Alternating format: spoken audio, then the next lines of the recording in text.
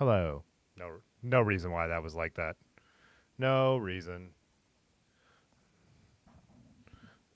Never turned it off. Whatever.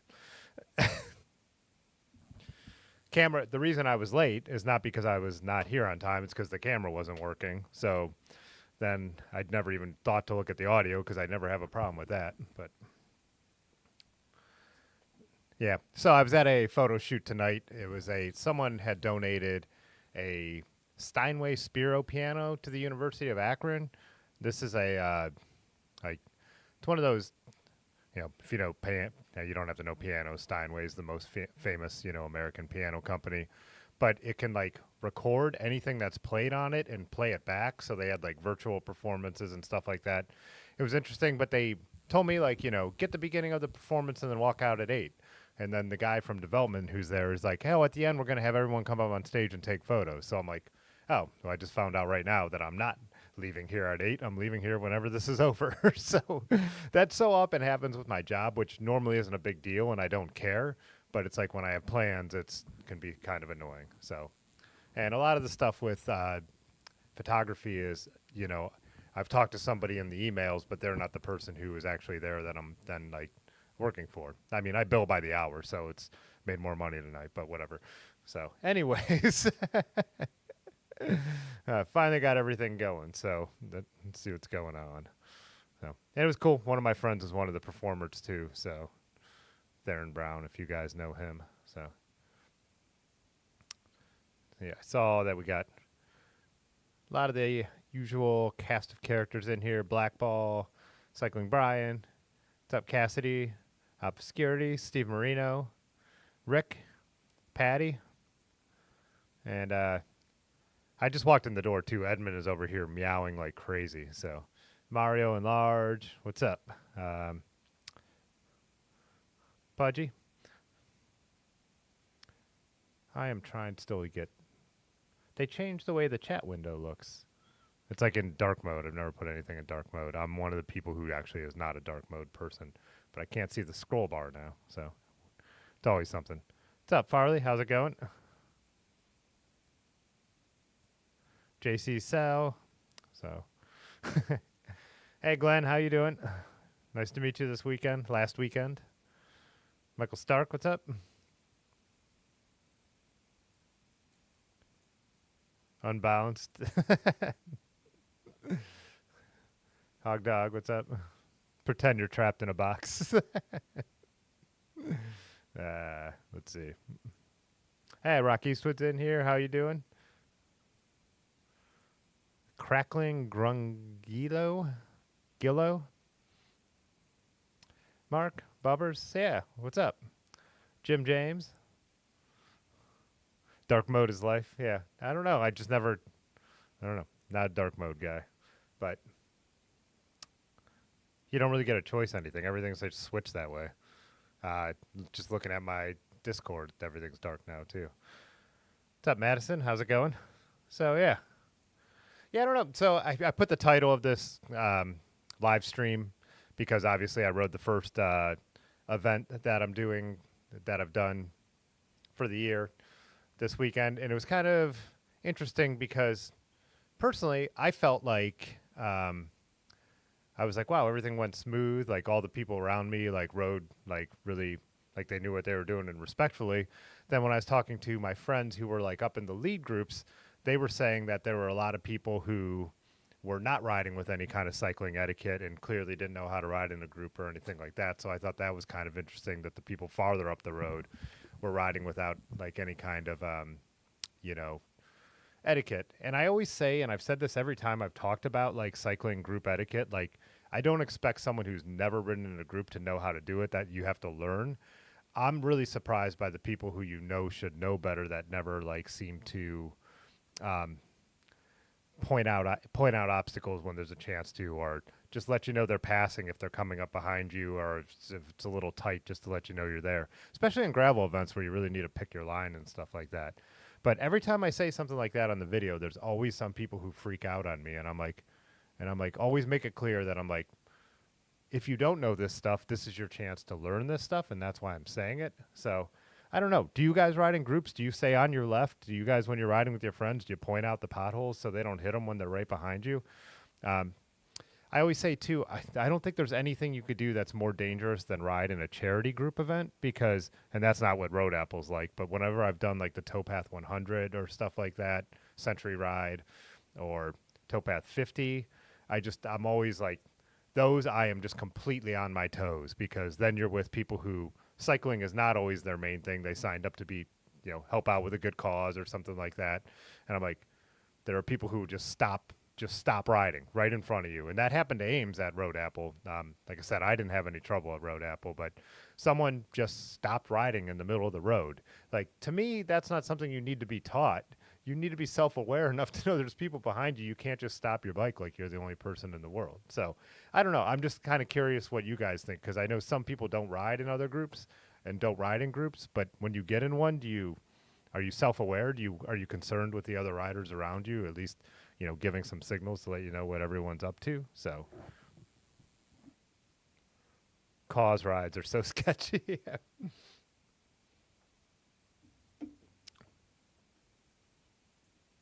Yeah, and I know you can't always, like Bubber's, like you can't always point out stuff. You might have your hands on the bars. It might be a little wild.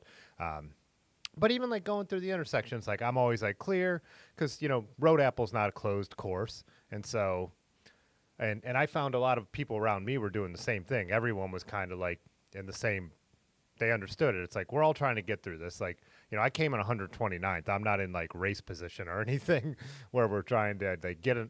And like I said, when I talk to like my friends who like win stuff, they say they still all look out for each other and do that. I watch World Tour racing. I'm watching Paris-Nice right now.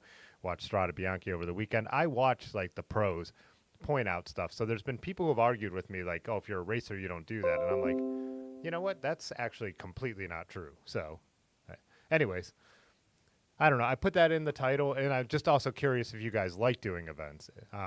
And when I brought this up, someone was like, well, that's why I don't do events. And I'm like, because you don't want to be nice to people? So anyways, and this isn't even really supposed to be a rant. Like I said, if you don't know these things, I want people to know because it makes everybody safer. Edmund, come here. Come on up. Yeah. He's been running around meowing at me while I was trying to get the stream set up. I was like, well, just come over here and hang out then, bud. So, yeah, don't cross wheels. Yeah, at Higher Ground Hundo, which I was riding like in the pouring rain, and I had like and towards the beginning had like my hood up and stuff like that, and I was kind of alone on the like way out there on some gravelly roads, and like a couple times the same two people would like come right by me, and I'm like, I'm not looking, you know what I mean? I'm not looking back. Just a little on your left or like passing, whatever, goes a long way, especially when you can't, like in a pouring rain event where it's like, got the hood up and it's like hard to pay attention to everything. I'm like, it's just pretty dangerous to come right by me on my side when you know that you've been watching me from behind, that I'm picking my line. So see what you guys are saying, because that's my little spiel. I think I've wanted to make like a real like an informative, like nice style video about it. Like, hey, doing your first event, and then I've just also let me know what you guys think of this, like debating like calling it something along the lines of cycling etiquette, or like doing your first event, here's some things to look out for, or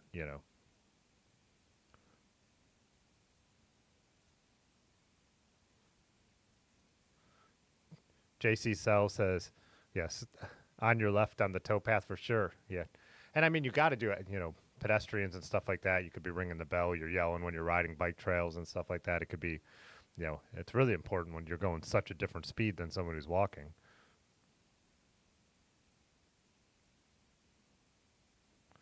Steven said, I feel like the people who are at the front of the race were hell-bent on racing the event, even though it's not a race, and seem really aggressive for no reason. Yeah, see, that's what I heard. It was a mix. People definitely race it. I mean, like I said, Road App always says it's not a race, but then they also do a podium. So that's Hey, what's up, Robert Graves? He said, solution to send stuff out in advance. And I actually, the second year they did the Towpath 50, which was like a lower barrier to entry fundraiser for the Ohio and Erie Canalway, I told the yeah, CEO, I think Dan Rice. I was like, I'll do it, but could someone do like a little safety announcement at the beginning, like, hey, when we're starting, because especially like leaving Akron, the towpath, and I'm talking about Akron, wherever you guys are, probably when your bike paths go through your cities, they have those center poles and stuff to keep cars out, and if you're in a big group, you really just can't see that stuff if the person in front of you doesn't give some kind of warning. I just think we do it even though we've passed these spots 1,000 times when it's just a group of 4 or 5 of us. It's just maybe someone's not paying attention, give them a little center pole, I don't know. People on RegBri learn fast to call it everything. Yep. A clown horn? Nice.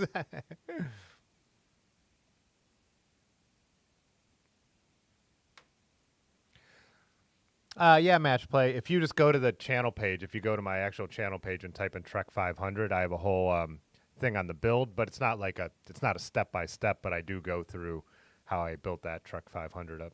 So like what I put on it and what were the challenges. So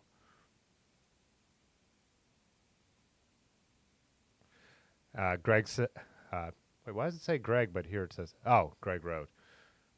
Make a Wish event got away from those groups as fast as possible. Yeah. I'm saying this year when I ride Black Fork, and I don't want to do it, but I feel like I will go out hard because Black Fork is very different than Road Apple, where you get on these steep, very, very hard gravel climbs that a lot of people just can't get up. And a lot of times it's not people's fault. Like I watched a guy who was clipped in fall over. He was trying to make it. And I'm not complaining about that kind of thing. I'm complaining about like someone who's like, oh, I think I want to take my jacket off. I'm just going to slam on my brakes. That's insane. That's insane to do in a group ride, right? Fat Albert said, you're a volunteer mechanic at a very large charity ride. Every year a few people pull into the mechanic. What do you, oh, you mean run into the mechanic? Yeah. Oh, buddy Eric's texting me. Also a channel member, but texted me about some Dylan tickets, I think.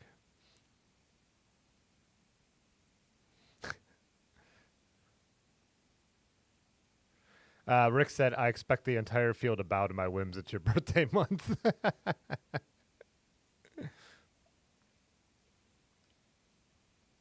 Yeah, Steven, like I said, I had really good luck at Road Apple. I didn't really ride around anyone that made me feel uncomfortable, that I felt did anything sketchy. I felt like people were looking out for each other and, giving the on the left. Or I came up in the video, you could see it. I go between 2 cyclists and I was like, oh, that was kind of a dick move. And I was like passing. Then I was like, sorry. Cause I was like, that's not something I would normally do. They seemed to like have slowed down a little bit and I split the difference, but usually not something I would do. So. Yeah. And the other thing is that's what I was curious too is I still have a lot of friends, and I used to be one of these people who would say, like, why would I pay to ride my bike? But it's interesting with this channel because I get such a broad spread of cyclists, and so I still get the people who are like, I would never pay to ride at an event, or I just prefer to ride alone no matter what. And then, but I also get a lot of people who say how they don't have anyone to ride with, they don't know how to make cycling friends, and I'm like, events are one of the best ways to do that, I've met just so many people from showing up, and I think that's the big draw to me more than anything else is standing like at Road Apple, standing around after on a day where everyone's like covered in mud and you get to like tell the war stories and have a good time and hang out with everyone who just did what you did. So, and I met people out on the road too. You're riding next to someone, like the guy rode up to me who was riding he's from Pittsburgh. Oh man, he was riding a custom steel bike. That was cool. Was it a Chamba? And he was like, oh, cool rally. I love to see an older bike that someone's maintaining, and like made quick friends with this guy like out on the road before we both started like hitting it again, So, oh yeah, then Ehu pops in the chats now who they had moved to Philly, met one of their friends out on the road, and it was just a random thing where she was riding fixed gear, and we started talking for a minute. Then she said she was moving to Philly. Like, oh, do you know E from Cleveland who moved to Philly? Yeah, they're one of my good friends. So that kind of stuff. So I think that's makes events a lot of fun too. So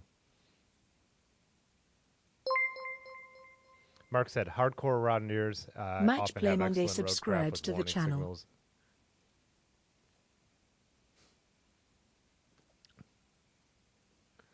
Glenn, you said, yeah, you were pleased with all the kindness and courtesy. It was your first official organized event for cycling. Yeah. Yeah, that's what it was interesting to hear that some of the lead groups, there was someone, and I heard this secondhand, said, too many people have spent all winter on Zwift and not enough riding in a group. And that stuff becomes, I think, even more important when you are in the fast groups, which I never am. But, if you're bombing around corners and all that kind of stuff at full speed, it's definitely important that people have some etiquette and are looking out for each other. So, Madison, always at least say on your left, use hand signals as well, and air horn sometimes. Yeah, and like the thing is, like, I'm not pretending like I was born knowing this stuff. Just to be clear, like riding with large Marge is actually how I learned most of it. Like, and it was just, I picked it up because that's what everybody else was doing. I heard Large say center pole. On your left, saw him point to a pothole.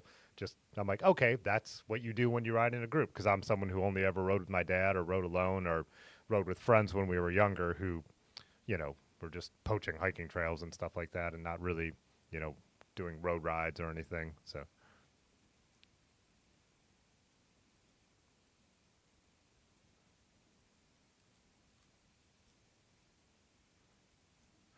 Mari said, I haven't done an event yet. Your big concern about is not being able to keep up. Yeah, I guess it depends on the kind of event. Like anything like Road Apple, like I'm talking about, it's just, it's ride however you want. There's no, like, it's not a big group that sticks together. When we did Hodag last year, like, groups kind of formed and different groups stayed together. Like the Otis for Bay that's coming up in a couple weeks, that's kind of what happens there, but it's, you just have the route and you just ride it. So, an organized event is different than a group ride where, if you see like someone has advertised like a road ride and those guys are going out pace lining and there's, I don't know how many people show up to your typical Saturday road ride, but 20 or 30, yeah, that group is just going to drop you. You know what I mean? They're going to ride at whatever pace they ride at, 18, 20, 22 miles an hour. But an organized event, like, I think, the last finishers came in 5-6 hours out. Me and Ben were more, 3 hours and some change. And I think, Ben, you were about, 10, 15 minutes ahead of me. But, yeah, it just doesn't matter at organized events. You just finish when you do. So.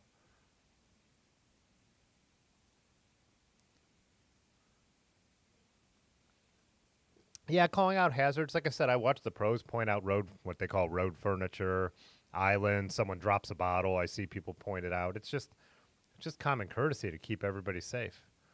Hey, what's up, Jay Dandy? You brought some cake for Rick's birthday month?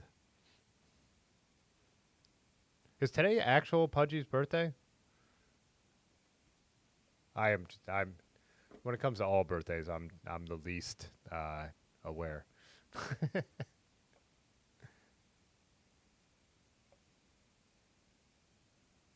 I was looking at the notes. Oh, just birthday month for both of them. Gotcha. So. Yeah, bells can be an issue, Mark. I definitely agree with that. That some walkers do not like bells. With everyone running with headphones and AirPods and whatever these days, like, I just feel like bells are just a better solution. I mean, I can't say all the times that I've said on your left and then, someone rings a really good bell and it makes a difference. Which, by the way, I could not find my really good bell, that Spur Cycle bell that Ben gave me forever, Large Marge. And I finally realized I hung it on this pegboard. I had taken it off when I switched the bars on my Raleigh. And since then, I'm like, I know it's in here. I didn't lose it. I took it off here and I've looked a bunch of times. It's literally hanging. Wait, I got to point the opposite direction. I can't do it, but it's hanging right there. So dumb. So I need to put that back on now. Nathan Mace said, if it's a timed event, it's a race. Yeah. That's what I mean, everyone said this a million times. Gravel events, I like that idea, like the mullet thing, business in the front, party in the back. And then I consider it like marathons. There's people up there who are trying to win the marathon, most of the people are just trying to finish the marathon, or they have a time in mind for themselves, and that's what, something like Black Fork. There's serious gravel racers at Black Fork out there trying to win it. That ride's so tough.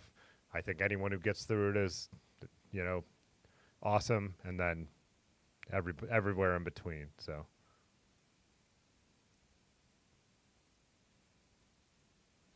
Fat Albert said you got a beef on group rides, extra bright flashing lights, or in low light conditions, they are absolutely blinding.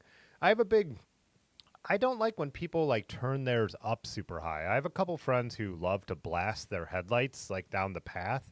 And it's like, so then I like to run mine on low to save the battery, especially in the winter when you're using it both directions and it's cold, so the battery's dying quicker. There's a few people who love to blast their lights, and it makes your light ineffective because then it's casting a shadow of you, the rider, onto your headlight path. So that's a beef that I never really bring up, but it's something I find extremely annoying, is the super bright headlight when it's not necessary. So, Rick, you said they gave safety talks at all the ones you've done, huh?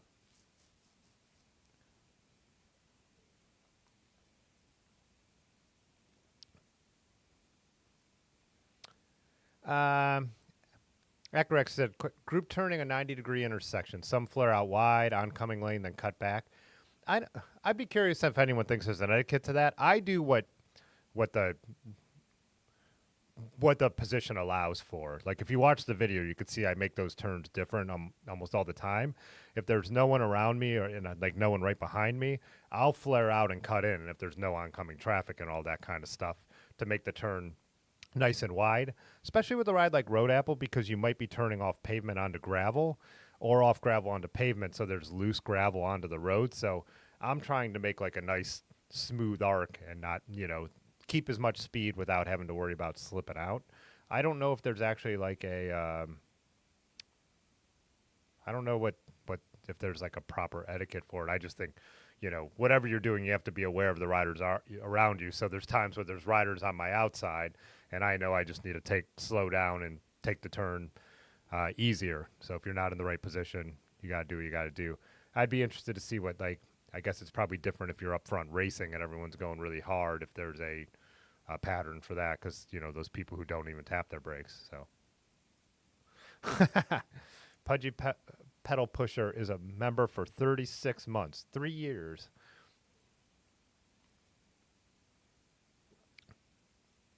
Yeah, Jay Dandy said at Road Apple the top 30 riders averaged 20 miles per hour, which, yeah, is crazy because the gravel on the back half was slow. I mean, you could so feel the difference between being on the pavement and that gravel. Like, it just my average went down by almost 2 miles an hour, but I don't feel like my effort went down that much. So,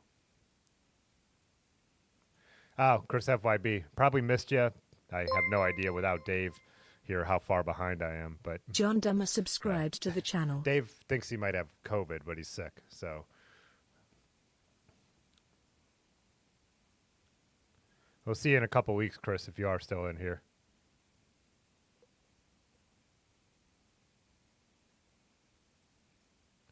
Obscurity, yeah, we did something like that on the channel. How long ago was that? It was after vaccination, after COVID. So what would that have been? 2022 or 21? Whatever, spring. So it was just, yeah, the kind of like what's his name, Bike Sauce just did, where it was like, hey, here's the route, show up. But yeah, especially having a sweeper rider is always great. Yeah, I mean, I think those kind of events are fun. It's kind of like what we're planning to do at the channel meetup, but that's going to be like kind of no drop, keep the group together type thing in a couple weeks. So, hey, what's up, Dylan? Oh, Chris said fastest finisher was 2 hours, 22 minutes. Wow.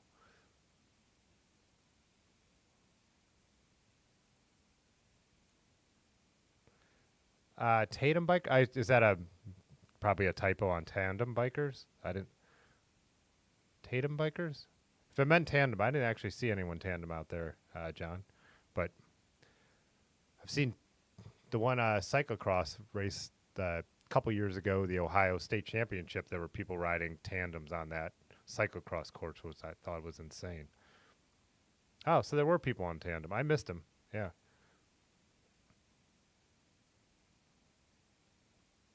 Hey, what's up, slow cyclist? How you doing?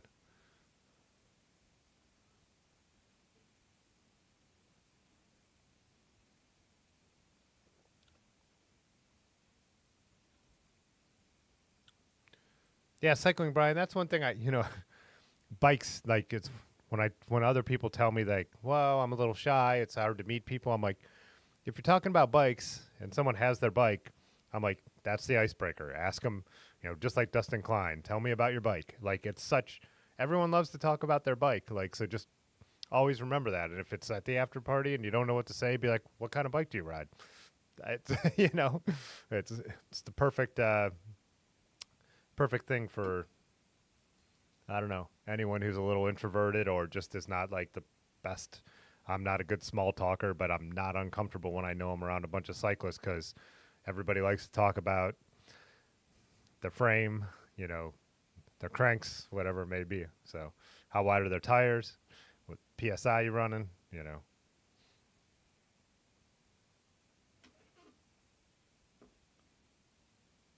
Oh, I got you now, Jay Dandy. The tandem people are putting on their own event at the end of April. Huh. I'm trying to pick. I don't think I saw the tandem at all. Rick said you're doing a group ride the day of the Philly Bike Expo. Yeah. Did a practice ride of the route on Sunday and went over the bars. No one goes over the bars more than you, Rick.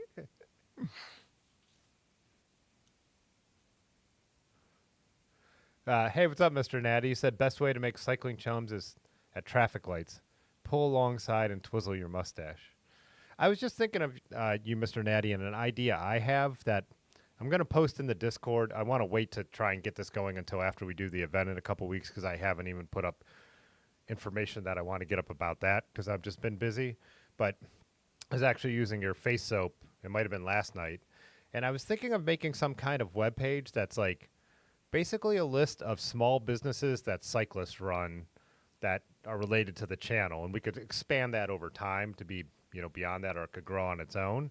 But just like a web page, so it's like, hey, if I usually order this thing that I like or that I need to use, why not order it from someone who is a cyclist and has a small business? So I was thinking, Mr. Natty, we got Speedy's hot sauce. I think I got the bottles up here. He sent me some before.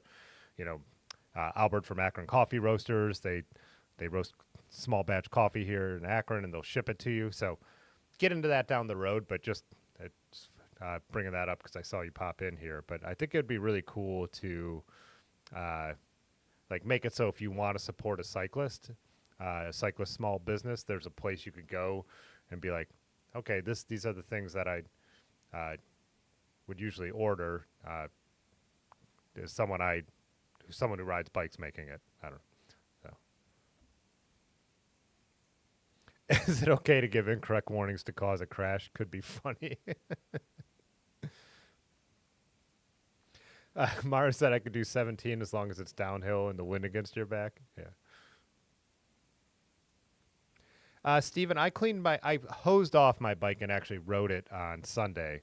So I actually filmed a little bit of that ride, and it's going to be a video on Thursday. But yeah, I didn't completely clean it. I didn't because it's funny. I clean it in the basement here, which is not that bright, and then I take it out in the sun. I'm like, oh, I didn't clean it that well.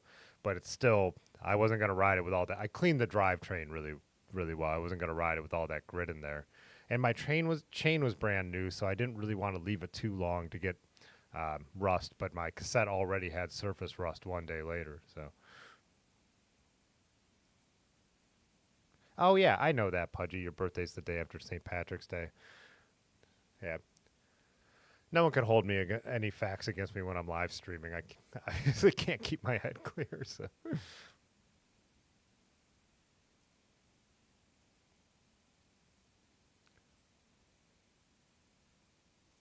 Oh, obfuscurity. Don't get me started on people wearing headphones and then getting pissed off when you ring the bell and yell at them. Yeah, I know.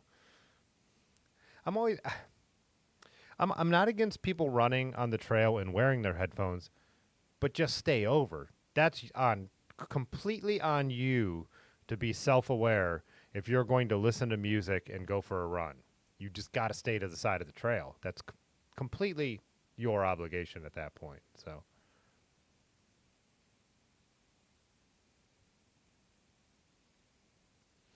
Fat Albert said, how do you deal with people that glum uninvited onto your group and turn out to be annoying? For example, playing bad country music, the new stuff from a Bluetooth speaker.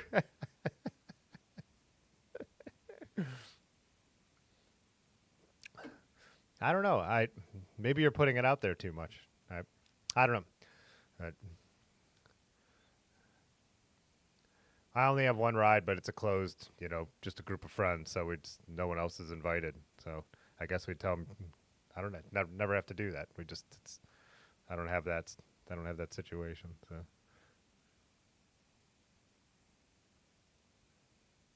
Hey, Scenic Route. Yeah, so Discord. I'm sure someone has already linked the Discord. So this week, I promise, tomorrow, I will get like a definitive like at least timing, like where you need to be when. I've talked about this with friends. The route, I'm going to have a couple options in mind depending on the group that shows up.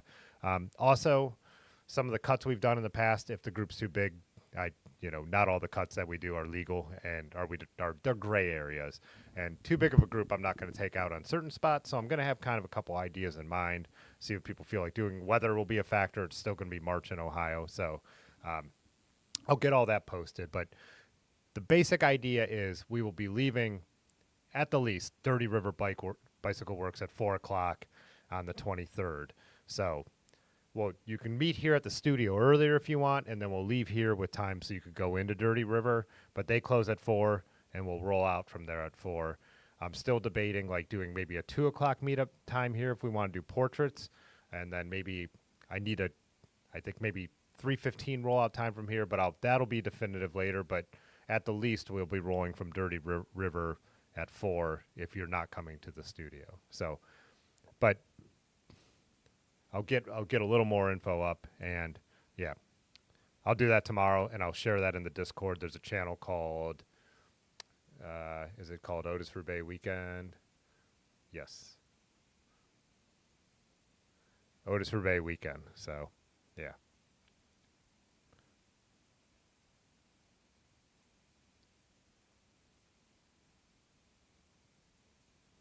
Oh, yeah. An air horn for the road. Yeah, I wouldn't use an air horn on the trail. And Pudgy said different lights for being seen and seeing for sure. Yeah. And in the winter, and I haven't done it the last winter because I give away a lot of lights because I run into people who don't have them, and then I'll be like, here, take this. But I used to like to run a headlight and a flasher, but I don't think I have any of my white flashers anymore. Edmund's sitting on my lap, and I need to cross my legs a different way because my leg is falling asleep horribly. Give me a second, Edmund. I can't even feel that leg. It's going to hurt so bad in a minute. There we go. I got you. Got you, bud.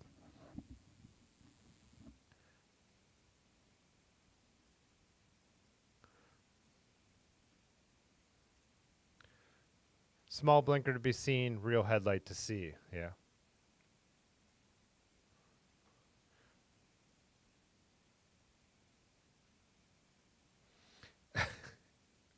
Organizing a wife swap event.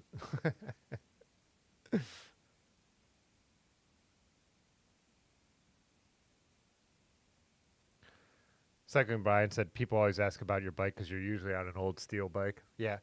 It's funny because, just with the tendencies of the crew that the live streams and then just the people that I tend to hang out with, just ride steel bikes and stuff like that. When I go to an event, I forget that most people do buy new carbon bikes. And I think we were talking about it on the stream once. I just think I forget that steel bikes and old steel bikes aren't as popular as I think they are. It's just I have a total bias because of what I follow on Instagram and, who I know in real life. But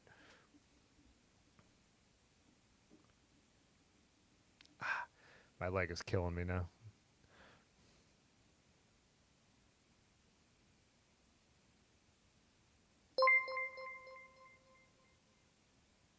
Kumka super chatted $4.99. $4.99 from Kumka. Thanks so much, KM I don't have any audio happening here, so I couldn't hear that, but I saw it, and I appreciate it. It usually comes through my TV. I don't know what's going on, but that shows audio being on. No, it's on the wrong setting. I don't know why everything's all messed up tonight.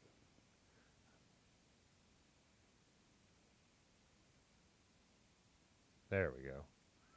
Now I should be able to hear stuff. Anyways, thanks so much.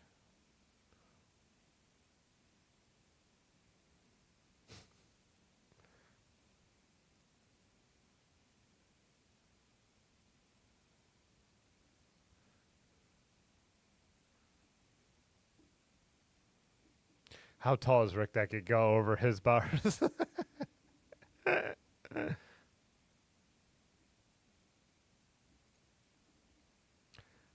Oh, Obfuscure, you need to roast me some coffee. Heck yeah.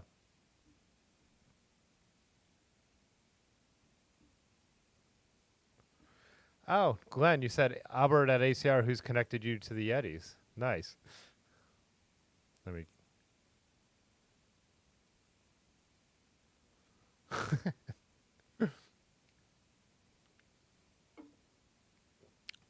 All right, let me try and... I'm going to try and blast through comments to catch up a little bit.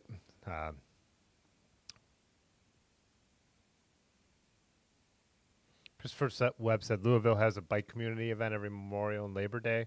It's about 15 miles. Does that count? Yeah, anything counts. Yeah.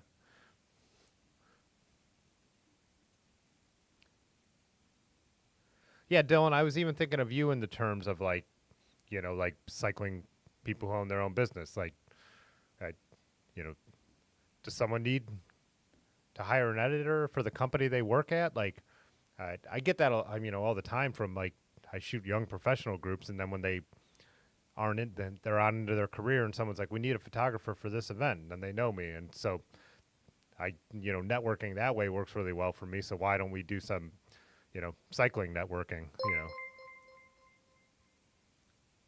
Rick Urbanovsky super chatted $1.99. $1.99 from Rick Urbanovsky, Edmund's Catnip Fund. Thanks, Rick.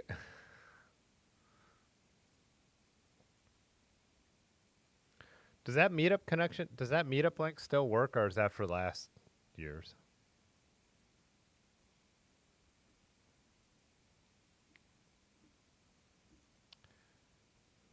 Rios, you said you would love to see a detailed video about how to clean the drivetrain. You always feel like you're doing it wrong. Yeah, I would seriously just like Google Park Tool and GCN. I mean, there's just Park Tool, even GCN, like GP Llama, like all these people who have made those videos that have hundreds of thousands of views. I'm not as intense as I used to be. I just wanted to get it clean. I literally like hose it off, wipe it down. If it's really bad, maybe use some old toothbrushes. I do have a couple like just used toothbrushes, but I don't do that. I never do like the full degrease anything anymore, because I just, you know, even like less harmful degreasers are just, I don't know. I pretty much get it clean and then I relube it. You know, I just wash it like I'm washing a car for the most part. But, you know, it just depends on what level you want to go to. But definitely, I mean, just going to YouTube and just like searching like drivetrain cleaning and look at what the experts, you know, say, Silka, Park Tool. But Greg said things I learned in a big event is to never discount how fast the guy is racing in Levi's. We were talking about that too a little bit when we were riding on Sunday. Ames was saying that when she was at Barry-Roubaix, which I think is a race that like it actually has corrals and like people who, you know, are riding really seriously and really fast. So if you're just doing it to party, you're not like in the front. If you're just to finish and just to ride. But she said like right on the starting line, like, you know, I think people were lining up to get a good position. It sounds like she was saying like 20, 30 minutes ahead of time. She said she looked over and there was a... Oh, thanks. Pudgy pedal pusher super chatted $1.99. $1.99 from Pudgy pedal pusher. 4x learn to spell Edmund Fund. Guard, person, man, unicorn, octopus.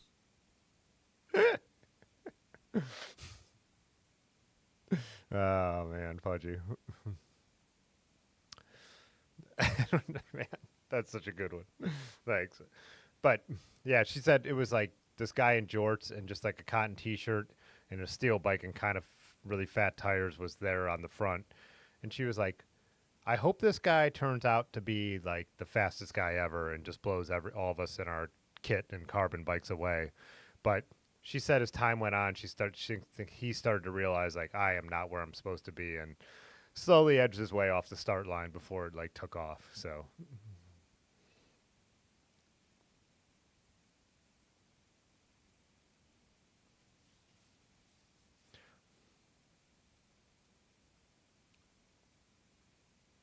what's up, Steve?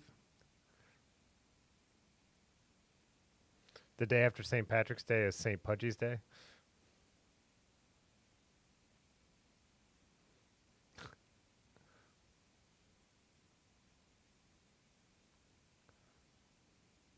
Hey, what's up, David Geller? How are you doing?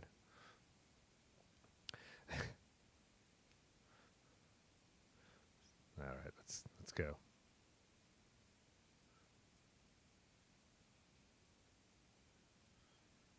Hey, DJ Hammer said, want to do more long distance, and new to the Cleveland area. Favorite trails in Ohio. I mean, if you're new to Cleveland, the towpath is just awesome. You know, just gotta avoid it it's pretty hard to ride on the weekends. So the hike and bike is a better option on the weekends, just a lot less crowded, and also kind of you could run between Cleveland and Akron on it. Yeah. Cleveland's just got a different set of trails that go along the lake and stuff too than we have here in Akron.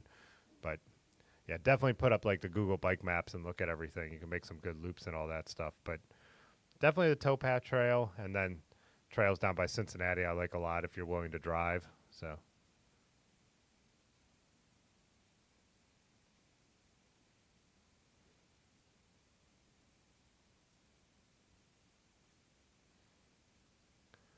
Cam Car Super Chat, that's where I'm up to now. Yeah, Ohio to Erie is Pudgy saying, if you look up Ohio to Erie, it's a combination of a bunch of trails that run between Cleveland and Cincinnati. So it's just a good way to find a bunch of different trails around the area too.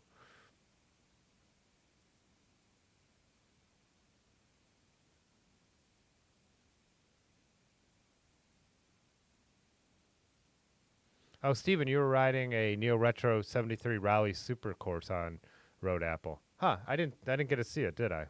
Too bad. A new carbon fiber bike, just buy a car. Yeah, I'm not anti-carbon or anything like that. For the record, I prefer steel. They're gonna last. I don't have a need for a super lightweight, super aerodynamic bike. I was saying, and I don't. Whatever makes you feel fast, whatever makes you feel comfortable, ride it. I don't care.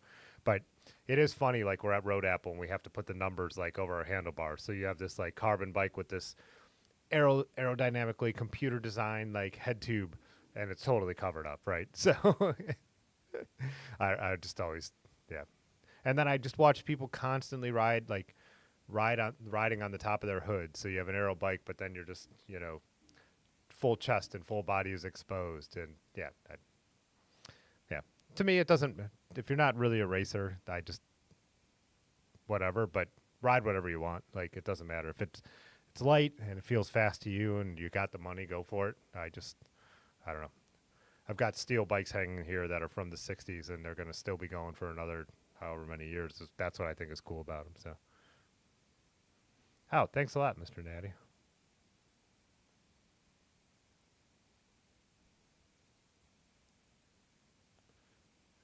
Oh yeah, Pudgy's Humble Brag is getting published by Salsa, which is nice. Yeah. Let's see if I can get myself caught up here. Probably not. All right, there's the Edmonds Catnip Fund super chat, but it's Edmund with a U, like the Edmund Fitzgerald. I guess Philly people wouldn't know the Great Lakes, so they probably don't know Edmund Fitzgerald, right? Oh yeah, is that what does 36 months go to an Edmund icon? Yeah, it does. Nice.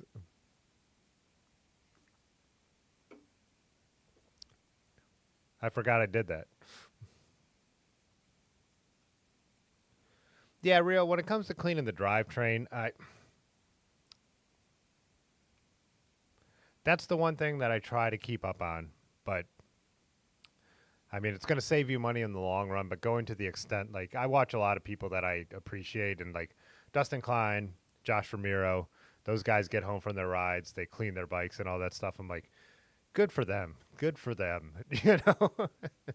After Road Apple, I felt like it was important the next day to clean the bike and not let it sit caked in that stuff. But yeah, I am not someone who I ride and get my bikes dirty, and I try to at least clean the drivetrain and wipe it down and relube it. But yeah, I am not the role model when it comes to keeping a bike clean at all.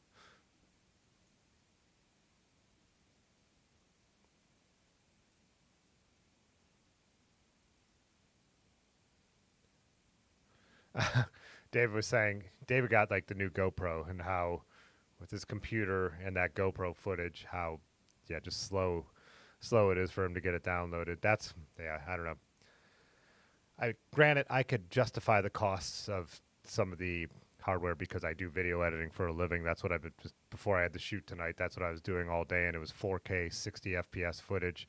And again, that Mac M1 Max Pro was just like slicing right through the stuff. Amazing. I actually before I had to go to my shoot, I wanted to sit with my window open and hang out with Edmund for a minute. So I unplugged my Mac from my two big monitors, and I went and sat on the bed by the window and sat with Edmund, and I'm just sitting there with a laptop running on battery power, editing multiple threads of 4K footage. It blows my mind, and it's 2 chip generations old. So yeah. And I still hate Mac OS with a passion. But anyways, I know you could all get on me about that. Edmund is so cute right now. I wish I could show you on camera, but I can't. There's no one here to move it. Christopher Webb said, I don't use toothbrushes to clean his bike anymore. It makes him taste nasty. Triflow makes them taste like bananas, though. Tiny little nanners.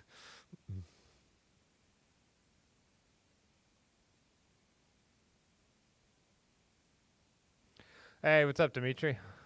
You went live. Was that last night real late? I got a notification, I think, as I was getting into bed. Mr. Natty. I used my girlfriend's toothbrush and then put it back. She's an amazing kisser.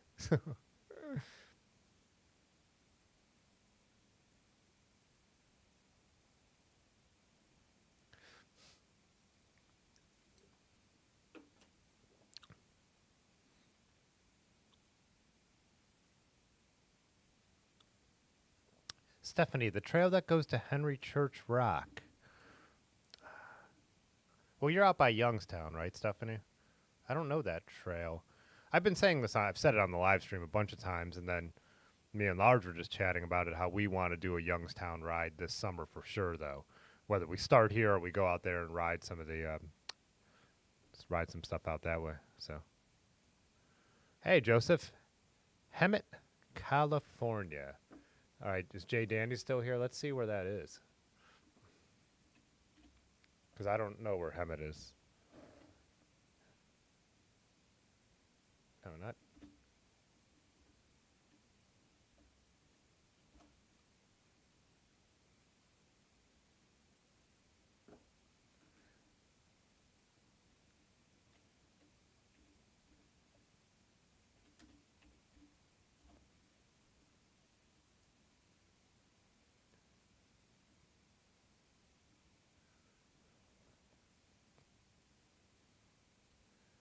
All right, we're by Diamond Valley Lake. Not seeing anything I know yet. San Bernardino National Forest is north. Oh, okay, so we're inland from Long Beach and Huntington Beach. Oh, by Joshua Tree and everything? Wow. Sounds like you live in a really cool area. Yeah. Small town, huh? Got a BW3, though. All smog inspection station? Got a Spectrum store? That's too bad.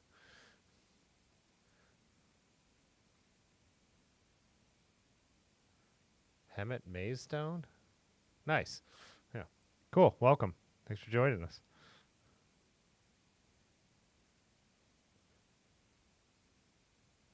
Whoa, what just happened?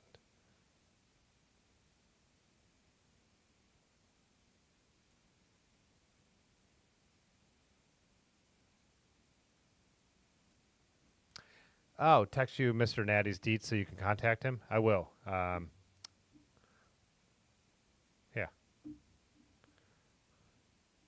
I think, though, on IG, it is just under Mr. Natty, though, so. Old Pinecone Lightfoot. I think M1's price just dropped again. Yeah, I guess they're getting hard to find because that's pretty much was like the advice of MKBHD and stuff on the laptops was like, well, I mean, he's the most popular tech reviewer in the world, and he's still using his M1 Pro, like, laptop. He's like, I haven't upgraded because I don't need to. This guy has 2 Teslas, and he's, you know.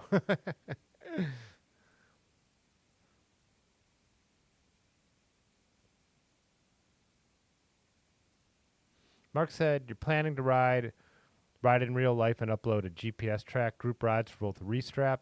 Oh, yeah, I know that company. And Solstice Century. Anyone know of any other events like that? Huh. Maybe they got you in the comments.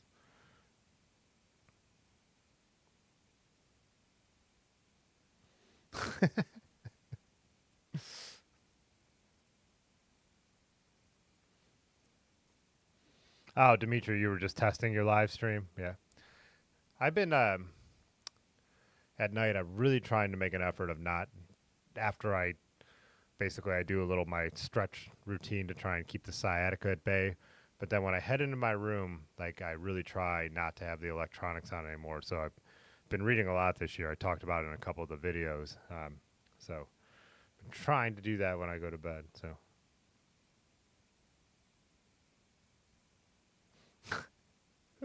Rick dropped out of Terry's channel because of the Nazis. Terry's got some. Terry's got some. What do you call them?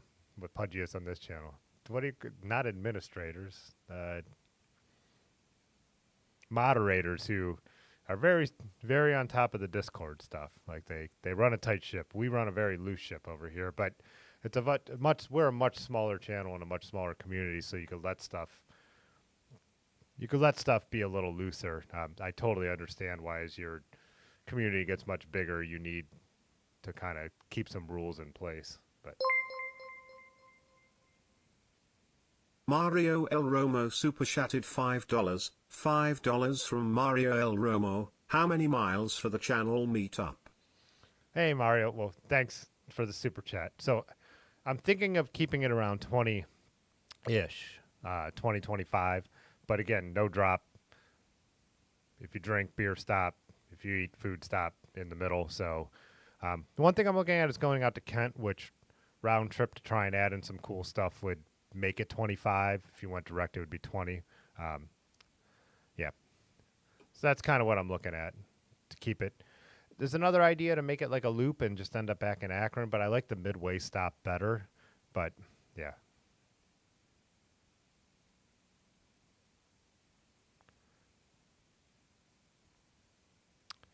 More Than Hills by Chagrin Falls, Stephanie says. Now I can't remember what the name of the trail was, though, to look it up right now.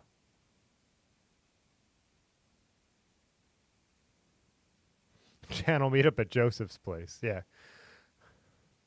Oh, what's up, Eric? Now you know why I'm not responding to your text messages, though I did see that you sent them, so. I also see that I got some emails from your wife about the work we're doing. the video editing I've been doing all day actually was the Boston trip was for Eric's wife, so, and her bosses.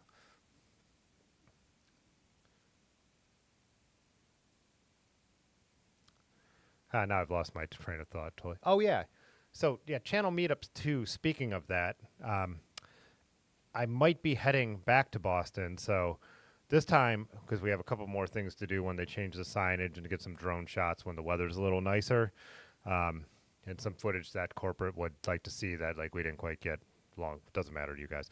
But I would drive and I'd bring my bike, so there's the opportunity for maybe a Boston meetup, and I was also thinking of maybe stopping in Philly on the way back.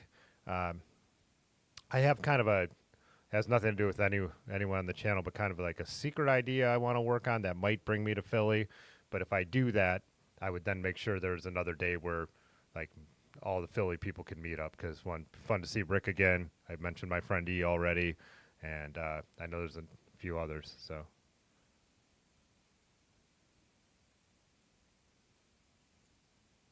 Pudgy's post count has gone up since he's this Edmund icon. I think Jay Dandy and like Rick, by next week, you guys will have the Edmund icon too. I think he's the just first. So, oh, I'm almost caught up on the stream, right? Moderator, yeah, on the chat. They run a tight ship. We run a tuna boat. Truer words have never been spoken.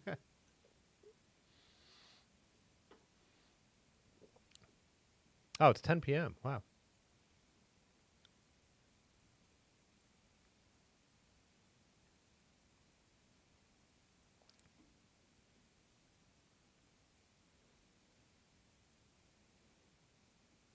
Should we do tuna boat? Yeah, I think we'll do tuna boat, and I'll grab another beer. Maybe we'll do a truncated tuna boat so it's not super long.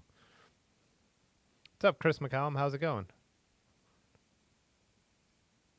How slow would someone have to be for me to scrap the no drop policy?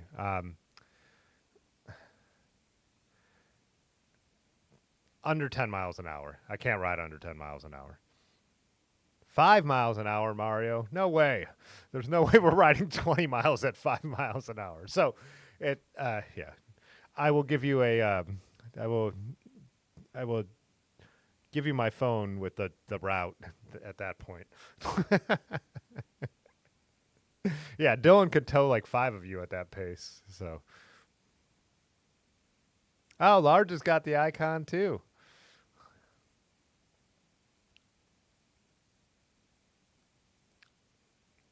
Here's the thing too with the no drop ride. What you do is, so no drop doesn't mean no one ever gets dropped. It means you wait up at a turn. So like, say some people can't keep up. You come to an intersection, you wait up there. Say we're going to go down a trail. Once you're on the trail, someone can't keep up on the trail, you wait at the end of the trail. So that's, to me, that's how I run no drop.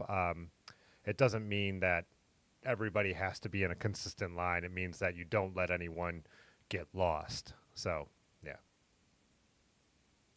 The challenging ride is the next day anyways with the Otis Roubaix. And again, it's ride at your own pace. But that's why I figured we do like a no-drop social ride on Saturday, and then anyone who wants to either spend the night in the Akron area or anyone who's local, then the challenging ride is the next day. So JC Sell said best gravel bike under 1,000. I'll say what I always say, used bikes. I would way rather have a nicer used under $1,000 bike than a brand new $1,000 bike. But as Large says, a lot of people don't know what they want, so it's very hard to shop the used market if you're like new in the market.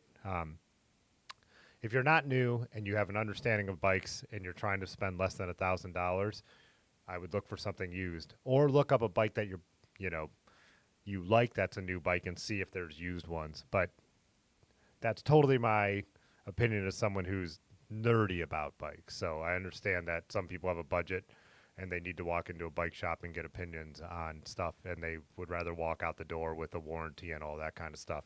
That's not me. So there's no under $1,000 new bike that I want. And I don't have expensive bikes either, for the record. But yeah, I would rather go a different route than do that. I think if you're buying a new gravel bike, getting closer to 2,000, 1,500 at least is where you need to be.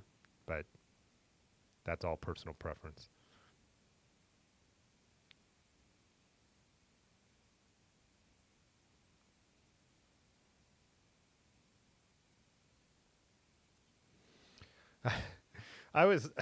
We've talked about this on the channel forever, and Lanky is taking a YouTube break. He said 2024 he's not going to be involved in YouTube. I think that's the way he worded it. Don't take that as Bible. But we always, he was our token roadie, and we always said roadies don't wave, and I thought it would make a funny graphic to have that, but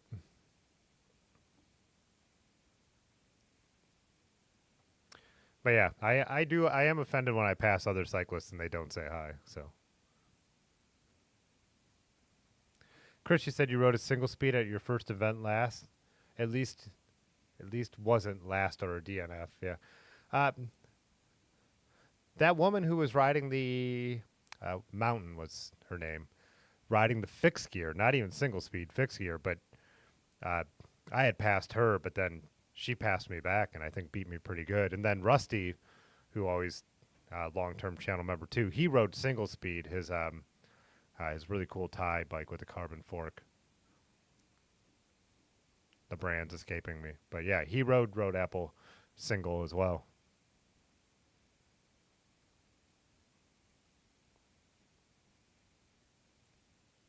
Oh, I have Top Chat on. That's why I'm not seeing everything in order. God damn it. Yeah, Rick, I hear that. No drop sucks for slower rider because you don't get a stop. You don't get the break. It's true. I do understand that.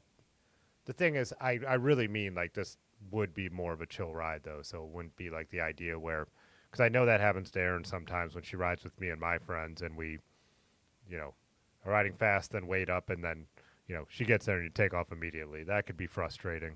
But I also don't think anything we're going to do is going to be climby. So that makes a big difference, too, for the meetup ride, is that it's not going to be, over 1,000 feet. If it's 1,000 feet, that would be surprising. So that makes a big difference when it comes to keeping a no-drop ride going, because that's when people really move at different speeds, is when it's climbing. So.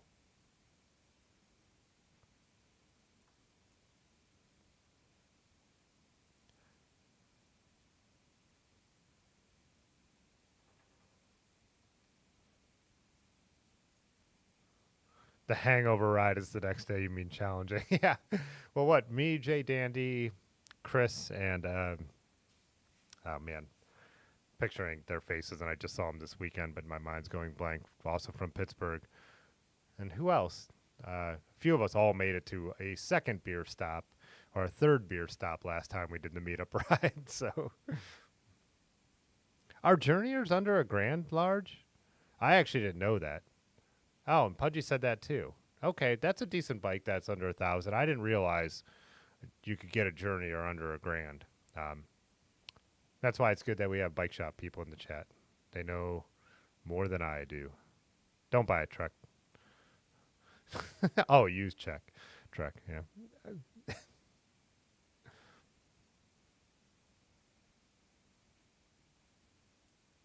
Fat tax, you're not allowed to catch a breather. Stephanie said she saw a roadie today and no wave, just a mean mug. Yep.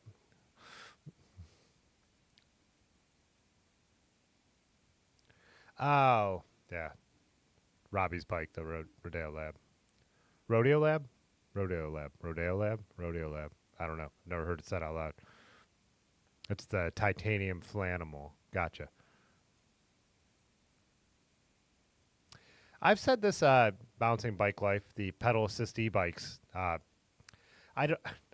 still don't. I wish my dad would just buy my mom one. My dad loves to ride his bike. They were just out in Florida for 3 or 4 weeks, and he actually brought a folder down there. This cheap little folder. I've shown it in YouTube videos and a couple Instagram stories, and just rode it a little bit. He said he would end up riding it like 10 miles. He said the saddle ended up killing him. I was like, you should have put the saddle from your bike onto it before you took it down with you. Regardless of all that, like e-bikes are such a great leveler for couples, for groups of friends where someone isn't as strong, someone's been injured and still wants to ride with the group, and especially, yeah. An e-bike company that actually looked legit reached out to me. I get emails from e-bike companies every 3 days, and I look at them and I'm like, this is cheap Chinese junk. I'm not going to accept it and put it on the channel. This one company called Ride One Up, I think it was, actually had like a sporty looking one, more like the specialized e-bikes and stuff. And they were like, would you want to test one of our bikes? And I was like, is it this bike? Because I would test this bike. And it was just a pedal assist, shorter range style one. And then they never emailed me back. And I'm like, what the hell? I delete all the e-bike emails because, like I said, once in a while I click over to the website, but I could just tell that it's just, one, they're going to want me to, you buy the bike or blah, blah, blah, or we tell you what to say in the video type stuff. But I thought I actually got a chance to review a legit e-bike, and of course not. So.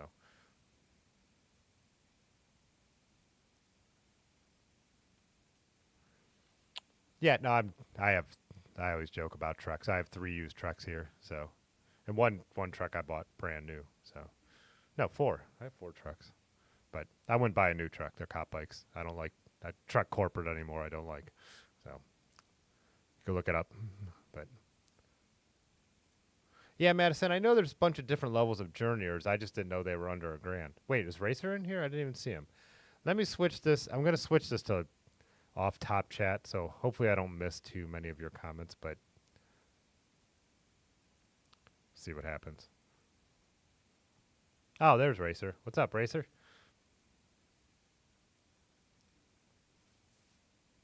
Oh, so it is rodeo like cow country, not rodeo like rodeo drive. So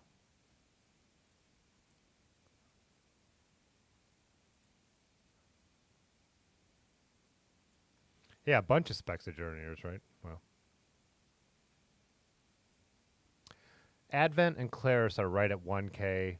GRX 810 journeyers get up to 2.8K. So yeah, and how long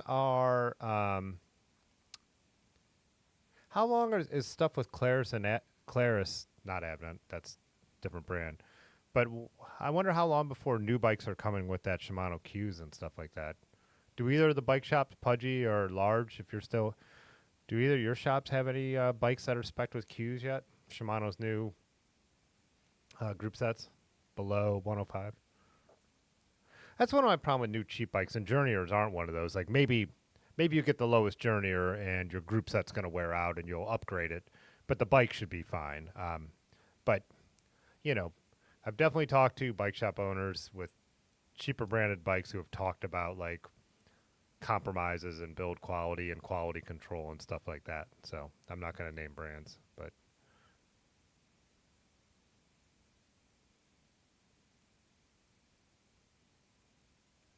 oh, I agree. Used bike.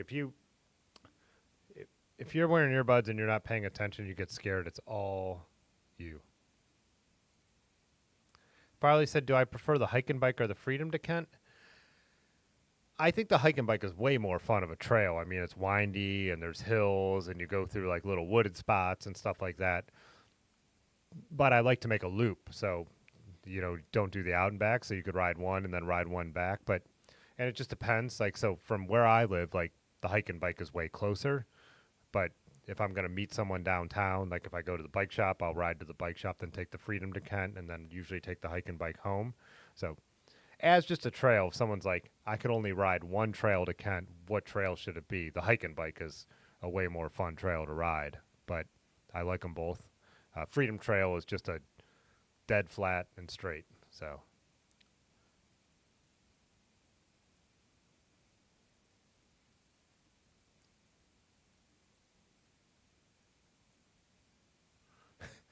I have no real problem with e-bikes. I'll end up with one eventually, but they're kind of expensive and they start fires sometimes. Well, you can get plenty of cheap bikes, and those are the ones that start the fires. I mean, I can't believe, like I said, I get the e-bike emails all the time. Like, you should see how cheap some of these things are now. But again, they're trash. I mean, you're just buying landfill. Like I said, that's my problem with going too low end on bikes, and not bikes that Salsa makes or reputable brands, but Kmart bikes. You're just buying landfill. They're just gonna break.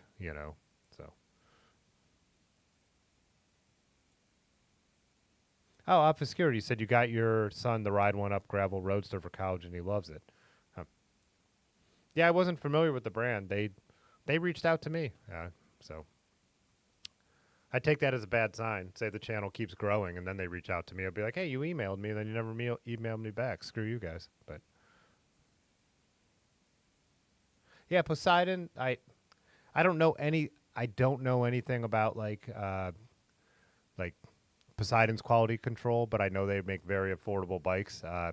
Josh Ramiro got one for his channel, formerly known as Stoked on Spokes, and he just put out a video last week about the upgrades he did to that. So, yeah, Acurarex. Yeah, I mean, the stuff with Lance is just the beginning of Trek being a bad company. So, yeah, just Edmund is just still on my lap, passed the heck out. So, how you think Q's will be coming over next year? So,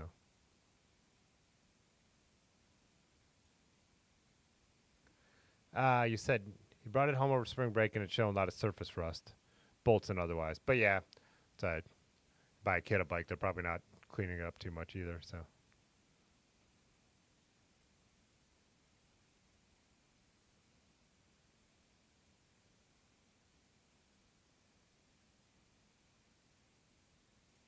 Yeah, journeyers were selling like hotcakes out of Dirty River and during the pandemic and everything, and you could just build them up so many ways. Like I said, upgrade them over time. Logan Pfeiffer said the new Surly Bridge Club is spec'd with Q's drivetrain. Yeah, Journeyers Journey or Journeyman, they're just like a platform, right? Christopher Webb, e-bike dealer. You don't want your bike to catch fire? That'll cost you extra.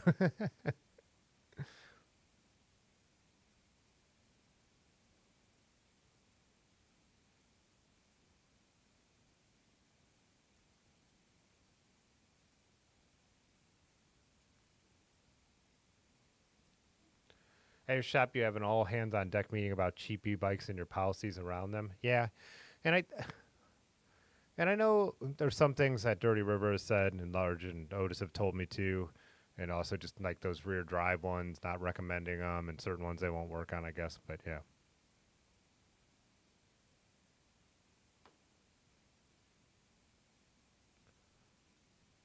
Huh. No e-bikes serviced at the shop if they weren't bought there due to fire concerns. But said Josh loves his ultra dynamicos too. Ecorex said, does anyone know why GRX cranks only go down to 170? Is that true? They don't make GRX at 165? Huh. I don't know. I'd be curious. That's surprising. Yeah, especially as a gravel group set, you think they would want some shorter things.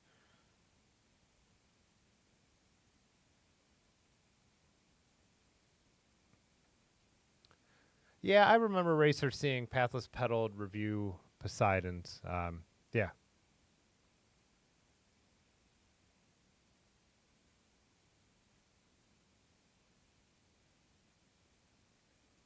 Yeah, bouncing bike life. I 100% believe e-bikes. Like, I know I'll have one when I can't do what I want to do on the bike anymore. Like I said, if someone ever reached out with like something legit, I would definitely review it. Huh? Pudgy said not many road or gravel cranks go under 170. But I thought Shimano even puts. I thought 105 even you could get a 165 cranks, but.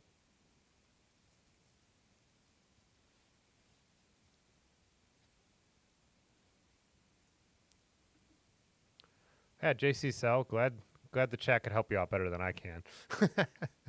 I actually like. I know more about bikes because of this chat and because of my bike shop friends, but I don't have any new bikes. Last new bike I bought was in 2001. So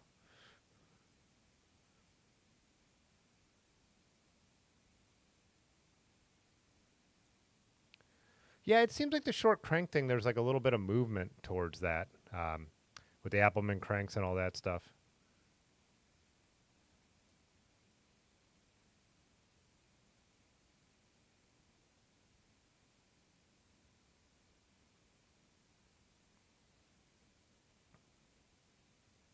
Yeah, a lot of movement towards shorter cranks. Some people really recommend them. I don't know.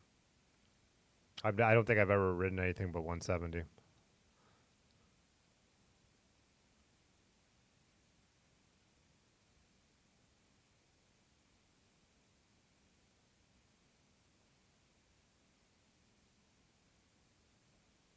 Praxis makes 165 cranks designed for GRX. Yeah, and then what?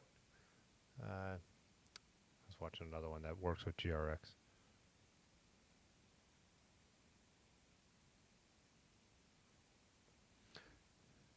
Greg said, recently bought a Bianchi Impulso gravel e-bike. Really fun, not disappointed. It's like having a little tailwind, yeah.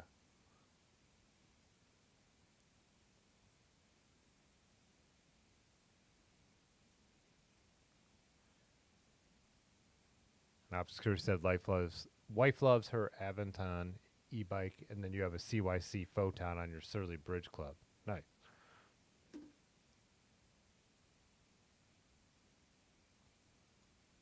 Yeah, you know what, Cycling Brian? I might have some vintage road bikes with even 175s. It's one of the things I'm 6'1", and I'm actually, my legs are like disproportionately long, so I've never felt the need to deal with it. And I even asked Otis about it when was watching those videos about the shorter cranks and all that. And he's about my height. He's a little taller actually, and he was like, yeah, I know there's a movement towards it. He's like, we're really tall. It's not something we have to worry about. Even though I know some people are saying even tall people are liking the shorter cranks better. So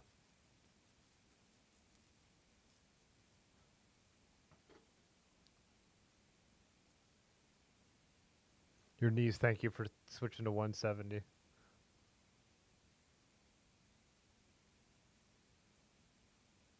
Yeah, same Fat Albert. If you're not having any bike fit problems or any pain anywhere, then I don't think there is a reason to switch, you know. I definitely understand why for shorter riders it would make sense. But how you doing, Edmund? Remember where you are?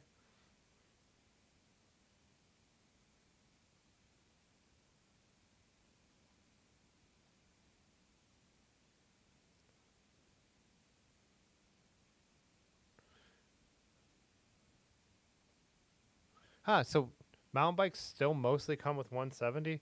I would have guessed they are shorter. And again, like I said, my new bike thing, especially new mountain bikes, I'm clueless. I just thought they would have gone that with everything, like kind of like mountain bikes kind of lead the technology charge in general. I thought that they would have gone down.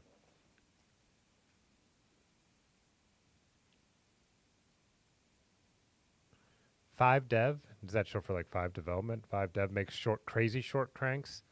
Did wonders for Nicole. Yeah, and then do I have that name right? Is it Appleman that like you can rent their adjustable cranks, and they're drilled a bunch of different ways. So if you want to try different sizes, and they make really cool looking. Their cranks are really cool looking. You'd have to have the right bikes for them. Am I right on that one? I have this keyboard way far away. Yeah. Yeah, so you could like rent that one in the middle there, and so get a bunch of different sizes. But they do all these really, really cool. I'm like, if I had the right build, like it would be really cool to do something wild like this with the cranks. But yeah, let's see what their lengths. I know their lengths go way down. Oh yeah, down to 100, 135, 145, 155, 160. Yeah, but all the way down to 100. You have to pay an extra 40 for those.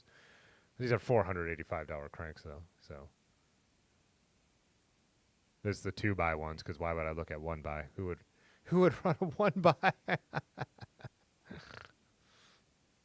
I'm kidding if you're new here. I know everyone runs 1x but me. Edmund only purrs when Dave's here. It's true. 5Dev is the company.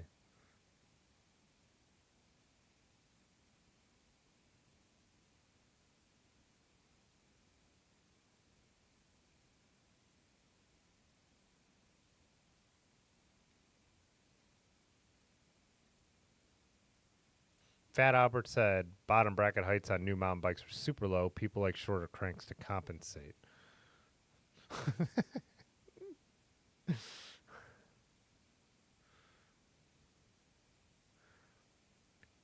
Yeah, the Applemans would look cool on the party bike. Yeah. Let's see.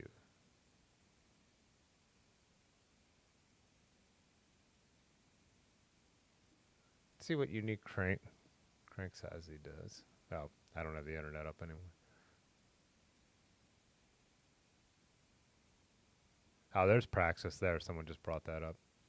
Oh, got oval too.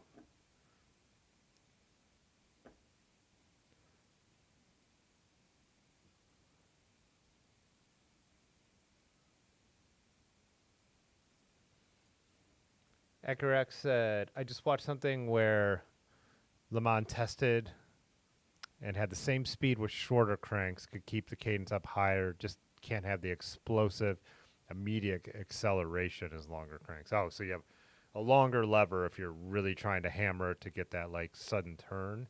Sounds like is what you're saying. So.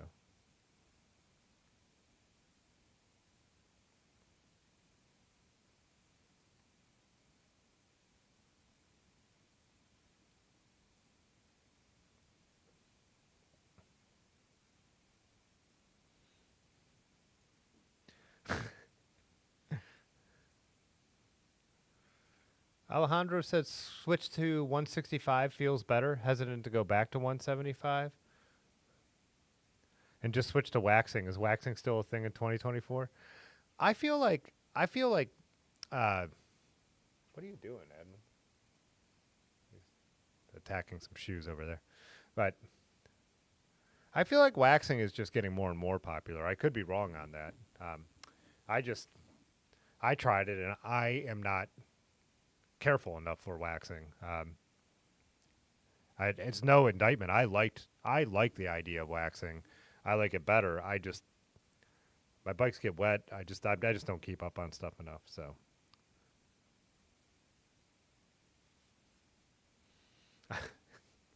Greg Amon is like 90 now.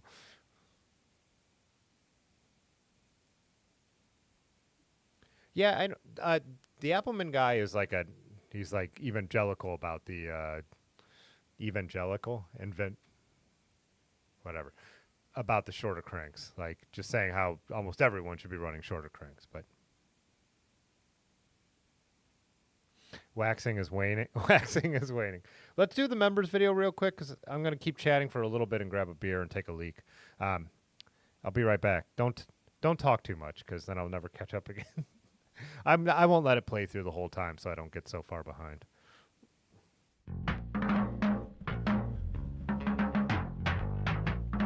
What did I say?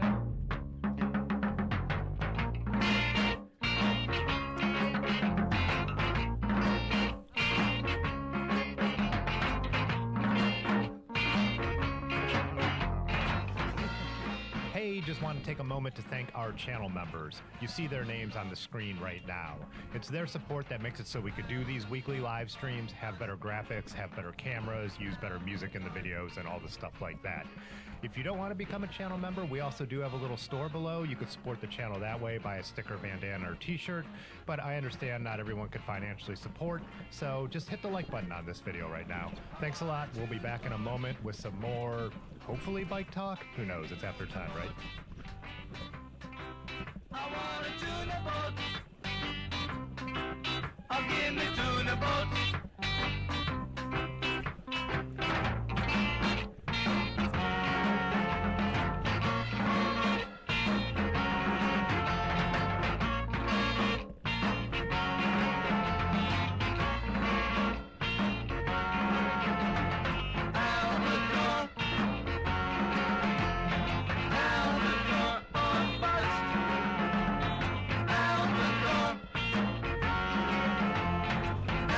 Albacore.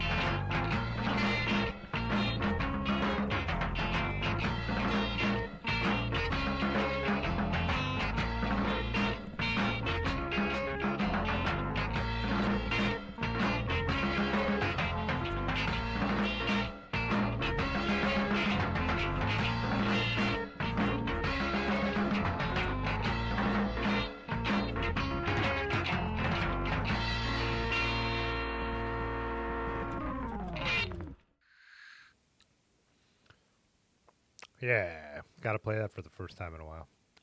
I was talking to Brian. You said you keep wet lube on one bike so you don't have to worry about it getting wet.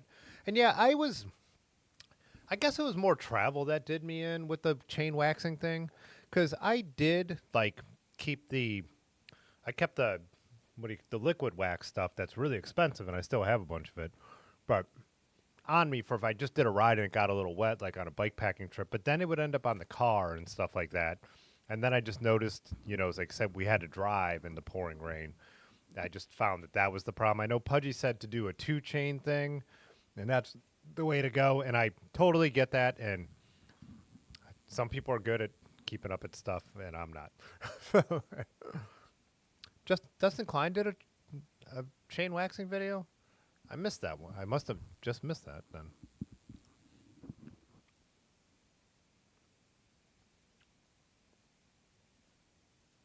Holding out for the deep map dive.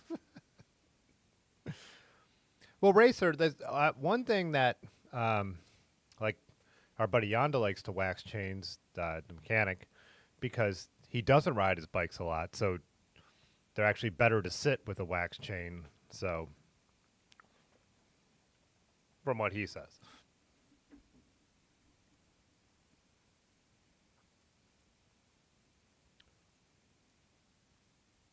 Oh, that does rush it.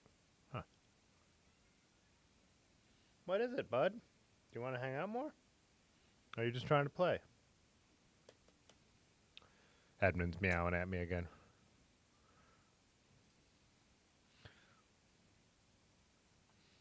Oh, shoot. I clicked the wrong thing there. For the next video update, stick a GoPro on Dylan.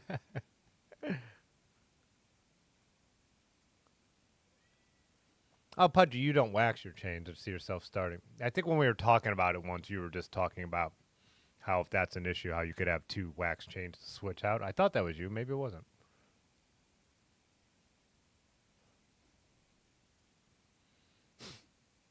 Eat hors d'oeuvres in a group ride and ask everyone if they have any Grey Poupon.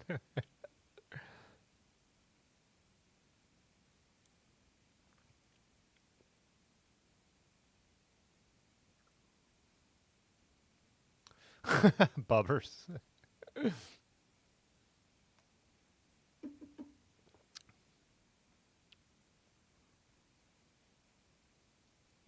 Yeah. Oh. Logan Pfeiffer became a member. Hey, Logan. Appreciate you. Thanks so much. If you are in the Discord and you link it together, there is a members chat and stuff in there. Also, I was going to say this. So tonight's stream was going to be a bike photo stream. If you haven't been around, I'll explain the rules in the Discord and in a YouTube post next week. But we're going to do a stream where it's all looking at your guys' bike photos and talking about them.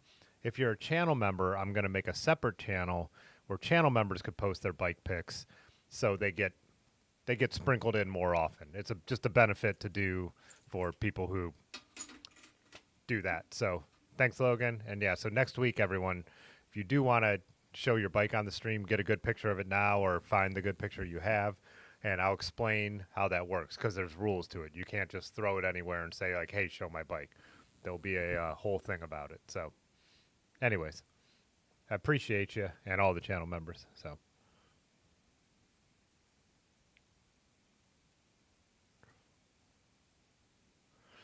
yeah, Alejandro, I've seen that new stripper that Silka came out with too. Doing it the first time is kind of like less my problem, but that will help you do it. It's just like I fell down on the maintenance, I guess. So, but yeah, Silka makes these great products. They aren't cheap, but again, if you use them, depending on how you ride, I feel like they could also save you some money in the long run. Oh yeah, Pudgy, you were saying, you did say that, but for me, not for you. Yeah. Yeah, anything that makes it easier.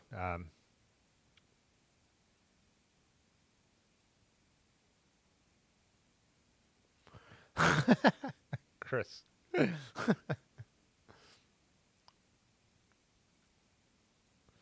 Christopher Webb said you were going to wax your chain, then you watched a YouTube video on it, and now you don't want to do all of that. Yeah.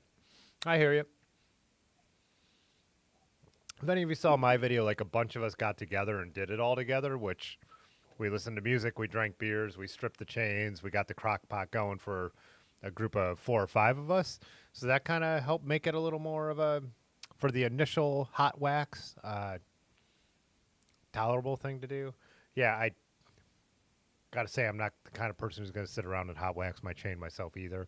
Or I don't even have like that, what do you call those? Crock pot's not the right word, right? Whatever.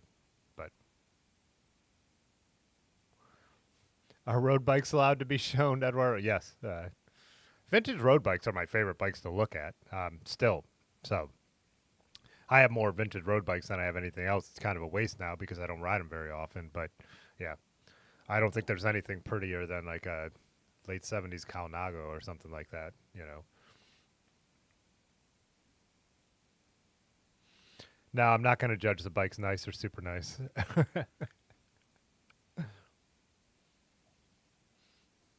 Must show clean. Must show your bike. Remember someone who's in the chat right now, and I'm trying to remember who it was, where like me and Dave are like, look at these photos. This guy's great. He's like, no, that's a bike I own. Those are just like the photos from the website. None of that. It has to be your bike, the bike that's in your garage or your basement or your bedroom, like not a bike from the internet. That's the thing too. You won't be able to post your bikes until Tuesday evening because I want people to be in the stream. Like I don't like, that's why we're not going to have it where you post it tomorrow and then you just don't happen to be there, which there's nothing wrong with that. No one's obligated to watch every live stream by any means. But if you're going to post the photo, people are going to ask questions about it. So we want you to be there. You know, it makes more sense. Like, what are those bars? What is that crank? Like that's the whole point is to have a discussion about the bike and what you built. So,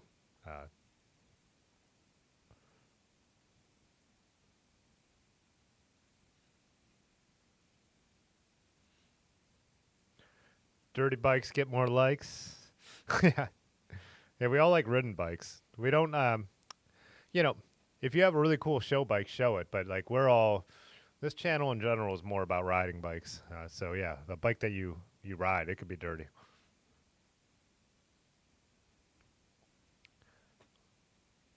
Yeah, after the routine wax, the dip is easy, and so Silka's products to just keep wet.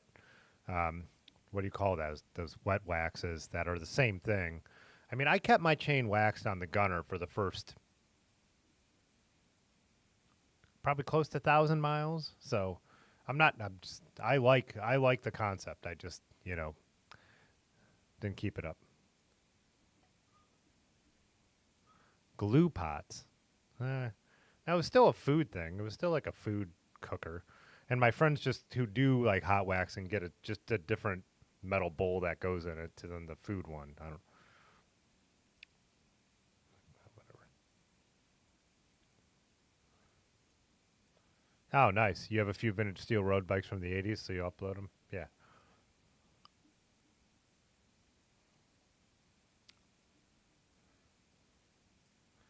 I was thinking, Brian, you have a steel LA.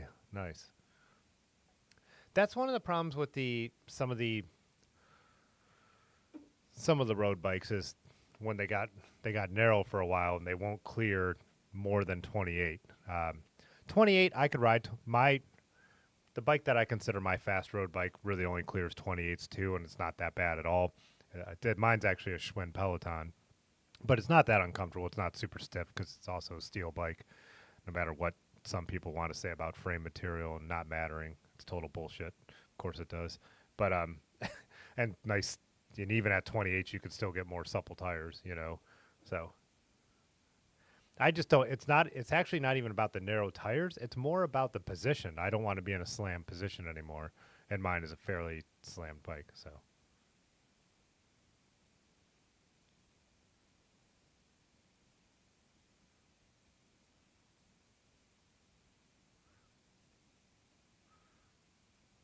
Hand pain, yeah. Your bars are probably too low below your saddle, I would think. It's just me. But just on rough gravel, yeah, then maybe it's just you need better grips, maybe wear some padded gloves. So, yeah. I think Pudgy just said all those things. So, Yep, he did. Dust off the claw and get current pics of it. Yeah.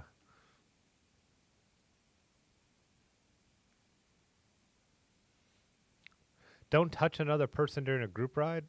Yeah, I would say that's a pretty good solid rule there. You just put on a suspension stem, hoping it helps. Huh, and your pinky's still kind of numb. It's just me. I would look into bike fit. It sounds like your bike fit is off. The midnight special is more road geometry than I would have thought because I rode one this winter. So it really could be you just have too much pressure on your hands and you need something with the bars up higher. Yeah, hopefully your suspension stem cures it, but that seems like a lot to still be hurting way later.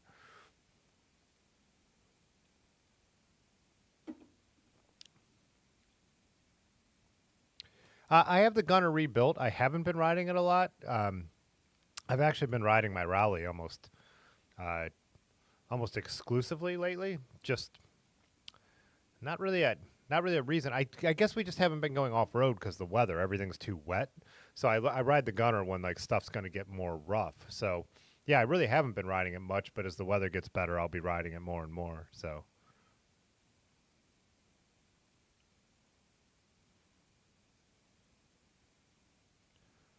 Good night, Dimitri.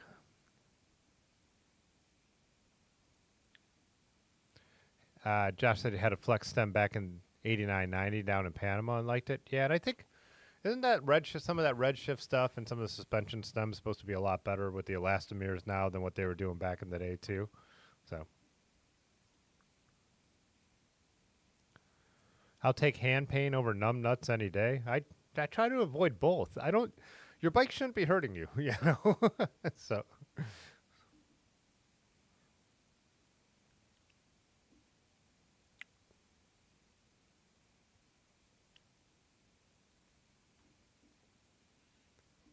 Fat Albert, you don't think you can find a steel bike that isn't overbuilt? I don't know. I think you can. You'd be maybe you're just getting into pricier bikes, but even like like even All Cities road bike, what's the one Ben has? Isn't that a pretty lightweight steel frame bike? I don't know. I think there's still light steel bikes out there with double butted, triple butted tubing and all that stuff. Who was it? It was one of the big brands that in the last stage of the Tour de France, a couple of the riders rode steel bikes that were super, super lightweight. So I'm guessing they're pretty flexy too.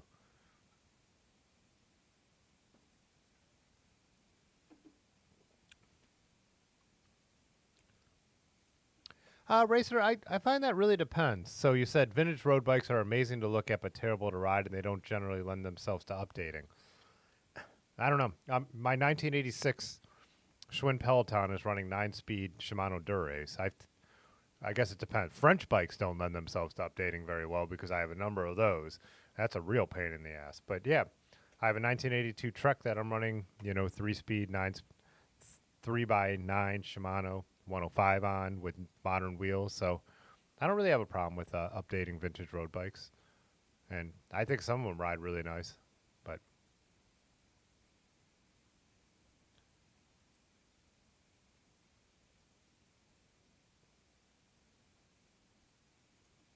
that's not true, Fat Albert, that all city bikes are very heavy. It's just surly with nice paint.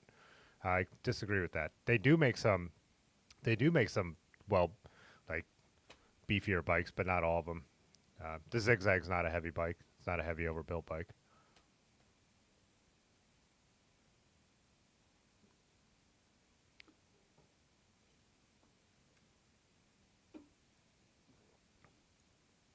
What are you doing, Edmund? He's in play mode. It's that time where, yeah, I would usually be throwing the ball for him before bedtime.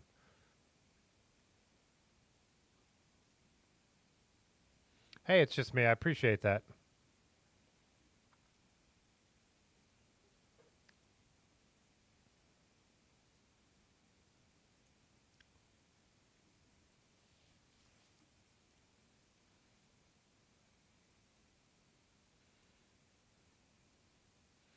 Hey, what's up, Gary? You got your Brooks on order. Nice.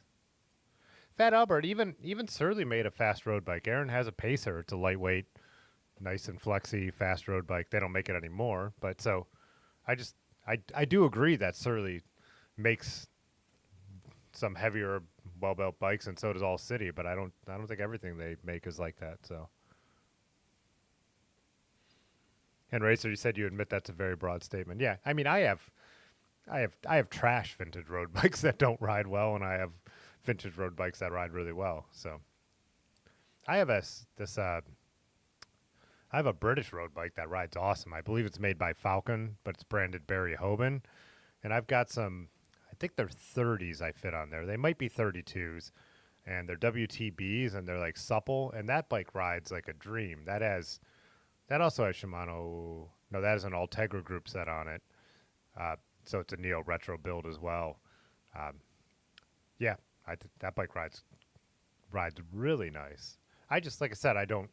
Even bumping up the bars with quill stems, aggressive geometry. I think it's, my back has gone a little bit bad, wonky. And then I also never know where I'm going to ride, so I don't like limiting my rides anymore. So it's very rare that I know I'm just going to be on the pavement. Like, even if I just want to take that one cut home, and not that I won't do it on road bikes. I found all the gravel cuts we ride around here riding road bikes, but my gravel bike, my Raleigh with its 44s now has become just my go-to. So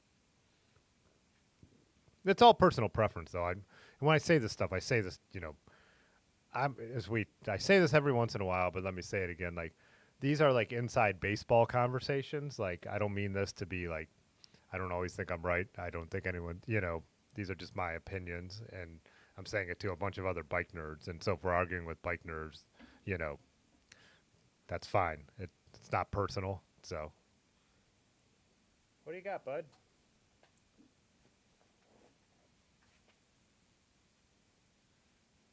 Edmund plays fetch with these and only these balls. There's these little soft ones. Pudgy, there's 2 that came in the package you sent me, and he's lost both of them. But Aaron found like these ones online. He plays with nothing else. There's 1 left that you sent me. But these are all he wants to play with. Go for it. Actually, the video coming out on Thursday, I ended it with footage of Edmund playing with those. So, yeah, I like the vintage frame with modern components. I didn't used to hate down tube shifters either. But yeah, now that I've accumulated some, like, Brifters are just nice. I've come to like them. But I could shift friction. I could shift down tube. So all this vintage road bike talk is making you want to save up for another one. How tall are you? I got some I could sell you. Also, City is also out of business. That's a way of wording that. QBP, their corporate owner, decided to end the brand. All City didn't go bankrupt or something. So. And they're still making bikes right now, too. So I said the Pacer was discontinued. I said that.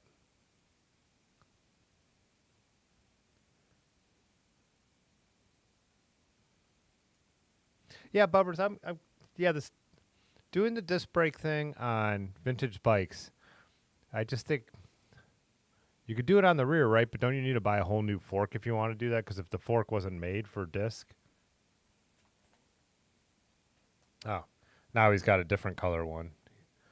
He's brought him downstairs because I'm hanging out down here.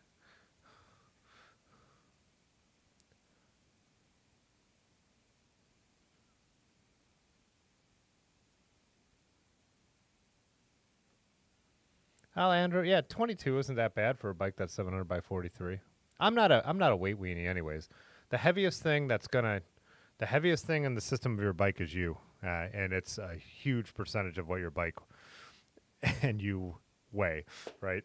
So I think the whole weight thing is so overrated because that most of us could lose more weight in a month than we could ever get off our bikes. And I'm not saying anyone needs to lose weight, but it's just a fact. Bring it over here, bud.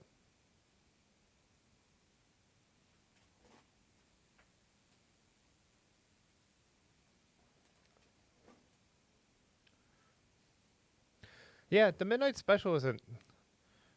I enjoyed it. It's kind of a strange bike to me because it's got like that aggressive geometry, but that wide clearance, and yeah, I couldn't really completely articulate my thoughts on the Midnight Special. I want to try it without knobbies. I want to try it with slick tires.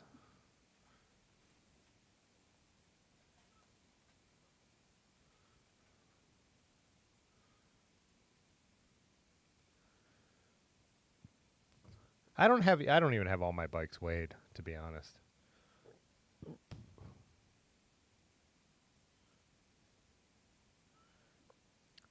1981 Mazda 3V, that was a steep angled bike. Yeah.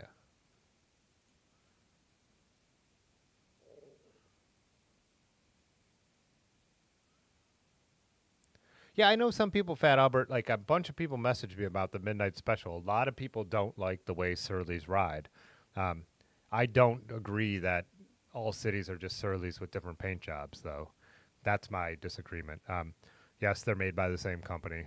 Uh, I feel like there's a difference. That is why the Pacer is not made in the end either, because they had delineated the two lines. But some people feel like that. I didn't feel like the Midnight Special rode dead, but people DM'd me when I showed pictures of it on Instagram, and they're like, I never liked the way that bike rode. So it's personal preference.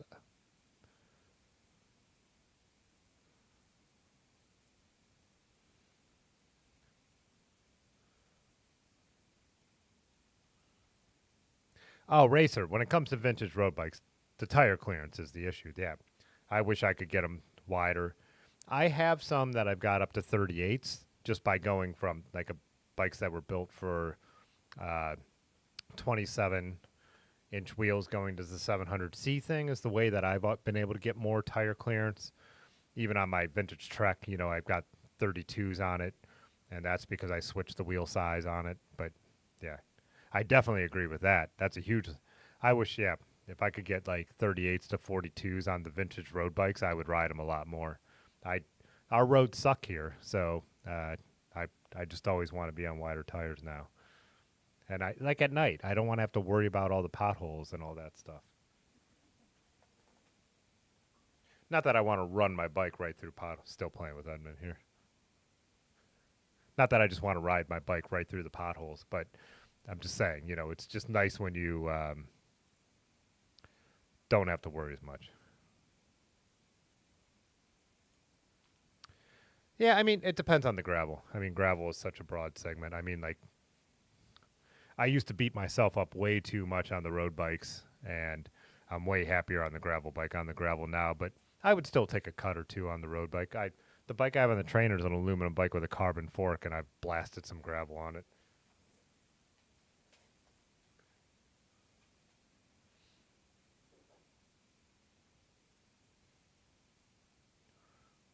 Oh, Pudgy, I finally got the mechanical mouse out too, and he loves that.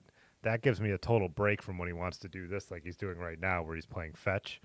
That little mechanical mouse, I didn't get it out yet because he just kept playing with the same two things you gave him. But yeah, it hops along the floor, and then when he touches it, it goes farther, and he's loving it.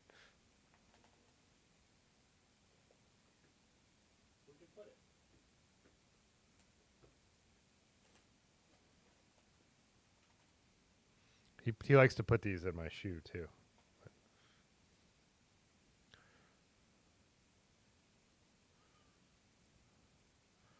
Show me where you can get a lightweight, off-the-shelf steel mountain bike frame these days. That's so far outside of my expertise. I have no idea.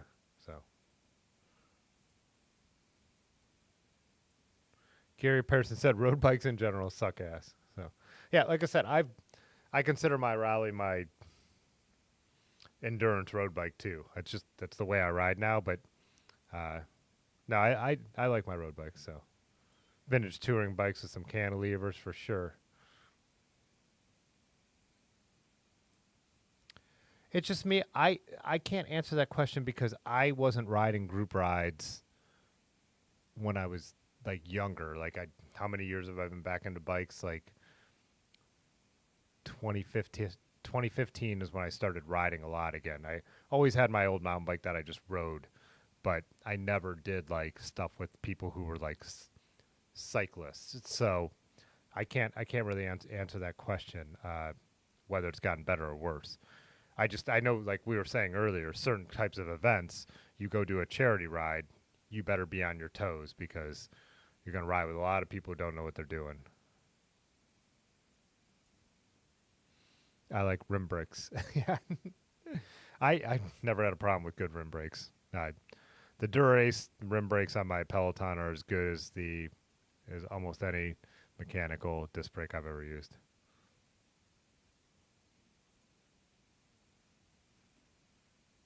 Yeah, All City Space Horse is just such a good bike. Yeah.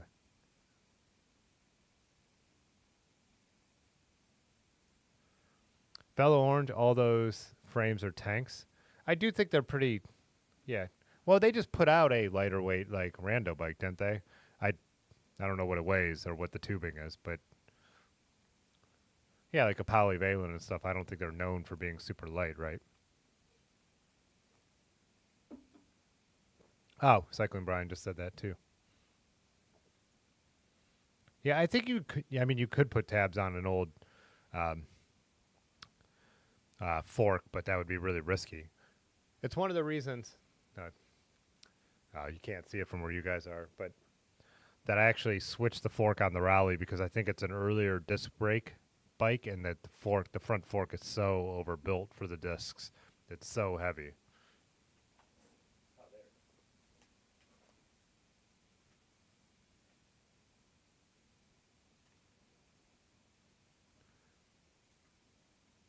Everything's close in weight when they're steel. I don't.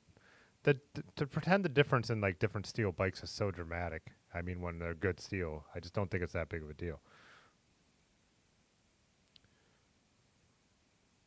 I guarantee you, a Bridge Club weighs, but is not close in the weight to a All City Zigzag. They're completely different bikes and completely different steel.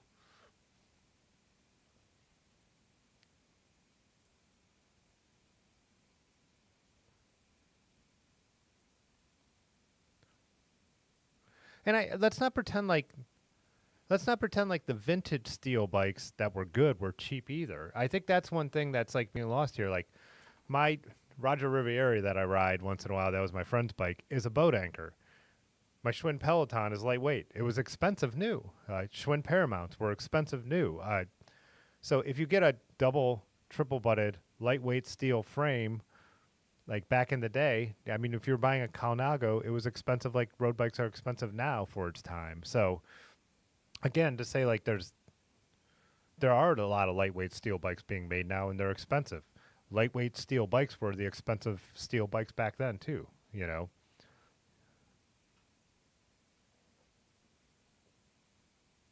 Here you go.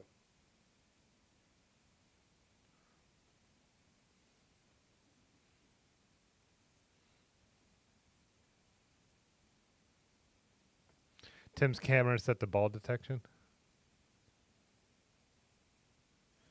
Oh, I think so for sure, Fat Albert. I think almost all these titanium bikes are coming out of like one or two factories.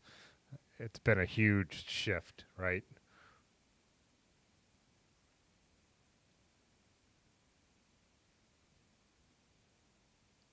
Ah, what time is it? Yeah, I gotta go to bed. Edmund wants me to go to bed. Dude, yeah, that 84 Trek 720, that's like a legendary bike. The long chain stays and everything.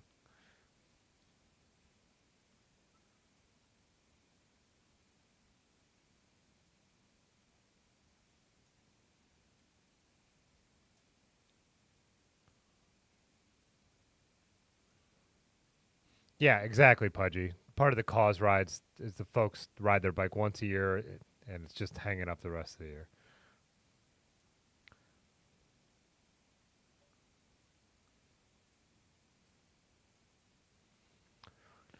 Yeah, I think from like mountain bikes, yeah. Yeah, I don't. Ow, bud, those claws. Tell everyone good night. Edmund's going to do the stream for the next hour. I'm going to go to bed. Yeah, I don't. When it comes to mountain bikes, I don't. Yeah, I don't know. Like I said, I just don't follow it if you could find an off the shelf decent steel mountain bike. But when it comes to road bikes, I personally think it still exists.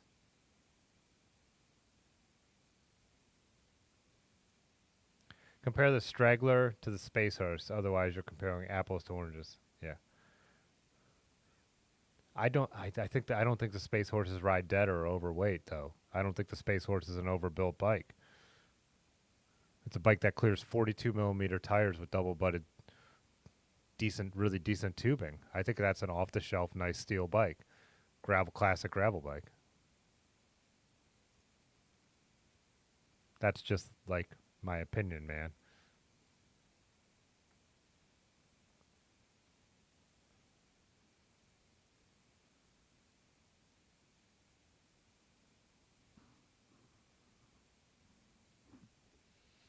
All right, guys, we got to go to bed. All right, I appreciate all of you guys, and I'm not mad at anyone. I enjoy arguing about bikes as always. I do stand by the Space Horse being a decent, not overbuilt steel bike, but that's